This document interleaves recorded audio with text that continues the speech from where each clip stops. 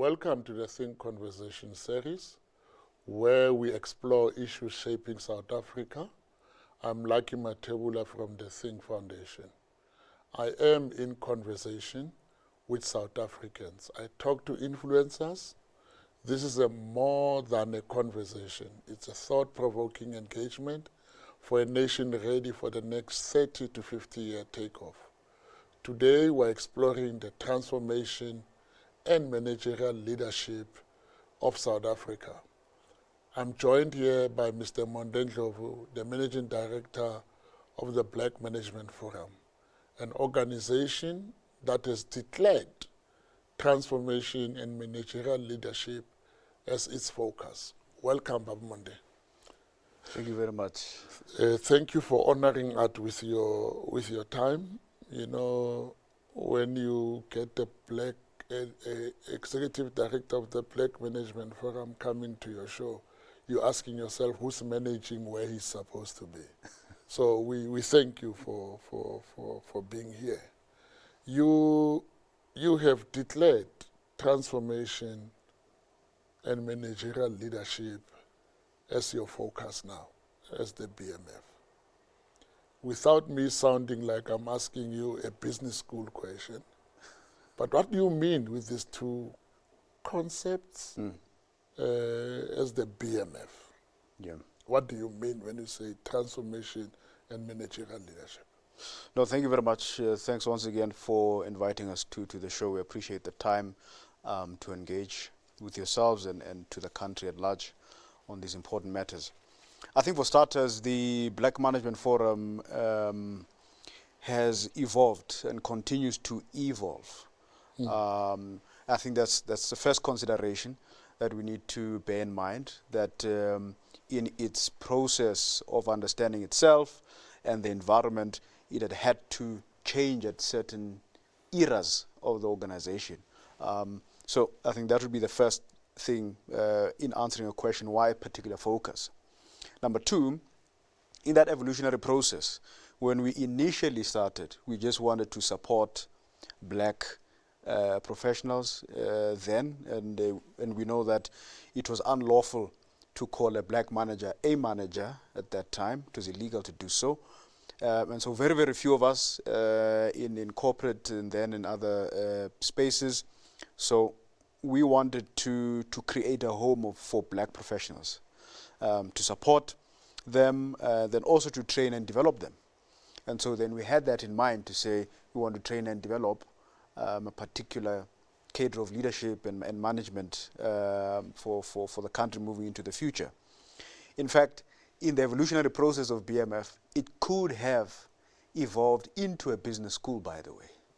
So that's why I'm saying that over the years, in its evolutionary process, the leaders that were there at a particular time and the context in which the organization found itself, then it had to take certain decisions on which direction it should take based on what's happening in the country and the leaders that are currently there at the time.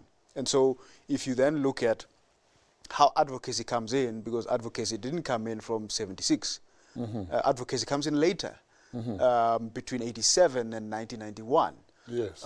because of the context of the country. Yes. And so we didn't initially start as an advocacy group, but because of the context, then we had to really look at the environment, start now to articulate views. So we started to confuse people. So, but these guys are in corporate, but they're articulating political views under corporate cloaks. Yeah. So they were confusing people. So, hey, these guys are articulating things, but they're supposed to be managers, etc. in corporate. So who are these guys? Who are these guys? So the power of context is something that we always have given ourselves over to in order to reshape the organization. So the word transformation, in fact, we articulated socio-economic transformation. Okay. This is now during that advocacy period to say we need to... Non-normal manager in an abnormal society. Aha. That's what you meant, yeah. Yeah, so to say, in order for black talent to thrive, we've got to look at what's happening in the environment, because it's the environment that's impeding this growth and talent to thrive. But just there, and I've got to load you with a burden, I'm going to be naughty and load you with a burden. It's interesting that in 1976, and that time when the Black Management Forum was formed, it was your father, Lord Ndlovu, who was part of the pioneers of the Black Management Forum. We are almost a number of years later. You are his son, you are the executive director. And my question is, does the BMF have a long-term plan about transformation and managerial leadership? Clearly, you being here, it means that generation might have a plan. But what is your plan as the current generation in terms of the long plan? I know they came up with what they call the Basotho Head. It was a framework that had targets. What happened to the Basotho Head framework? What happened to its targets? Can we report to the nation that you did something about that? Yeah. So, okay. I'm sorry to burden you, but it's truth is true. So no, it's okay. So my late father came to BMF a bit later, not in '76. Yeah. So he came in a bit later. Number one, and number two, the result of the advocacy, which I was talking about in terms of the different eras, then gave birth to the Basotho Head model in 1993, and then we had those targets for the year 2000. Then that also morphed then into the Employment Equity Commission report, and even the existence of the commission itself, as well as a result of the work of the BMF, going forward. So that, specifically that framework, morphed into the Employment Equity Act and the commission and then the reporting, because we wanted to report on the progress of the very targets that we had set in '93, which obviously were not met in the year 2000, but in terms of the promulgation of the Act in '98, and then the first report in the year 2000 as well. So part of tracking that framework is to look at annually that report, what are the shortfalls, what's still impeding black talent to thrive at the highest level, and that is now at your top management level, because we have seen movement in the lower layers of management coming through, but we know now top management as we speak, over 60% is still in the hands of whites and males in particular in the private sector. So we're still having that particular issue. So then the question is then, has this mandate been fulfilled? This mandate of transforming corporate spaces? And we can tell that the answer is still a definite no in terms of the Basotho that you're asking about specifically. That has it been achieved? There has been some movement, because we have seen leaders come through the ranks because of the work of the BMF, and also because of the power of legislation as well, where companies now had to embrace employment equity. But maybe, Monde, if I want to zero into what you've just said now, to say, if Basotho Head was able to push the issue of reporting, establishment of the commission, and actually making sure that the Employment Equity Act is there. I still remember Mpho Makwana from the BMF, and it did that. Maybe we should say that was a very important victory of the Basotho Head framework.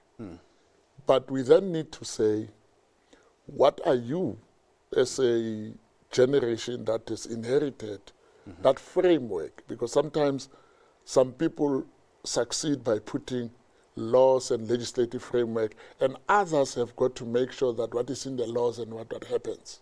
What is your long-term plan there in terms of the BMF taking the Basotho Head into something else beyond? Yeah.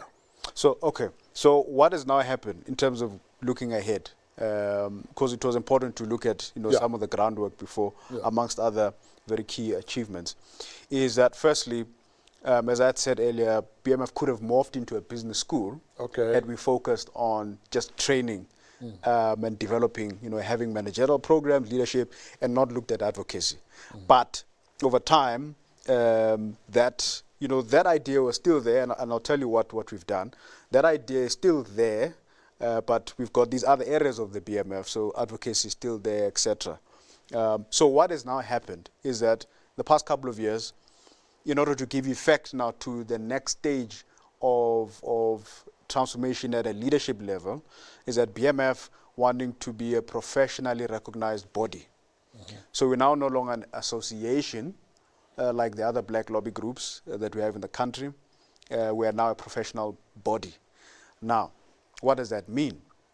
It now means that the BMF is playing the same space as IOD, same space as SAICA, because we now have designations that are accredited by SAQA.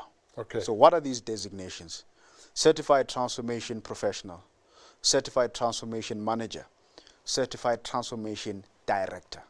So this is the next phase of the tail end of the Basotho Hat project, Okay. in a sense that we have now become a professional body over, it's taken quite a while, the application and the vigorous approach of SAQA coming into the BMF to check, what systems do you have, the structure. So it's been quite a vigorous process the past couple of years. And this year in April, around mid-April to end of April, SAQA then was finally pleased that, BMF has met the requirements. Now we recognize your designations. That's a massive win for the BMF. Yeah, that's it. That's a big one. Yeah. So, and we're turning 50 next year. So on the brink of 50, we're able to usher in this layer now of influencing leadership at the highest level. So we therefore then want to have leaders in corporate, in the public sector, in other business types, having the BMF designations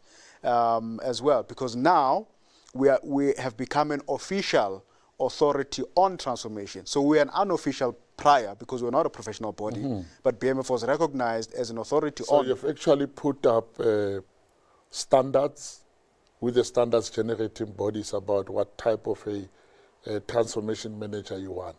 But there is always this question, maybe we'll answer it when we come back. We have programs like Women in Leadership, but it's interesting that we don't have a program like Blacks in Leadership, where people are taught to say, how do you deal with that? Because we have issues that are uniquely black in leadership that we need to deal with. But we'll be back with more on Thinc Conversations. Let's take a break.